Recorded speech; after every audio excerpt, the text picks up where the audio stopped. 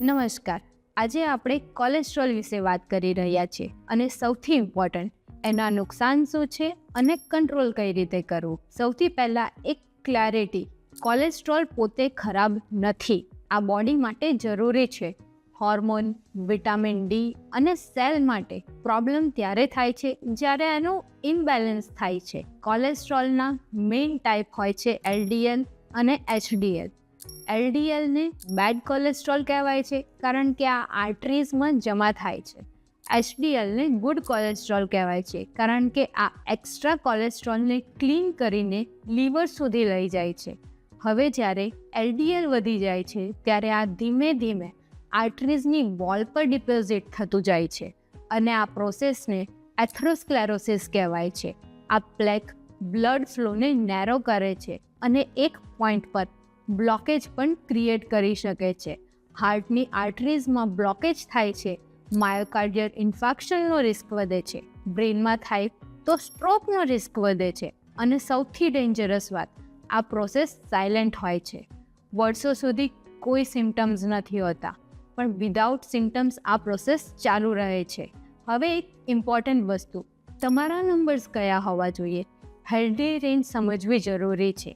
LDL એટલે કે bad cholesterol ideally 100 mg/dl કરતાં ઓછું હોવું જોઈએ. હાઈ રિસ્ક પેશન્ટ, ડાયાબિટીસ કે હાર્ટ ડિસીઝમાં ટાર્ગેટ વધારે ઓછું હોય છે, લગભગ 70 mg/dl કે એના કરતાં પણ ઓછું. એચડીએલ એટલે કે ગુડ કોલેસ્ટ્રોલ પુરુષો માટે 40 mg/dl કરતાં વધારે, સ્ત્રીઓ માટે 50 mg/dl કરતાં વધારે. ટોટલ કોલેસ્ટ્રોલ જનરલી 200 mg/dl કરતાં ઓછું હોવું જોઈએ. સિમ્પલ ભાષામાં, એલડીએલ જેટલું ઓછું એટલું સારું અને એચડીએલ જેટલું વધારે એટલું પ્રોટેક્ટિવ. હવે પ્રશ્ન, કોલેસ્ટ્રોલ વધારે કેમ? સૌથી મોટો રીઝન છે lifestyle. Refined oil, fried food, bakery item, sugar, આ બધું એચડીએલને વધારે છે. ફિઝિકલ ઇનએક્ટિવિટી એચડીએલને ઓછું કરે છે.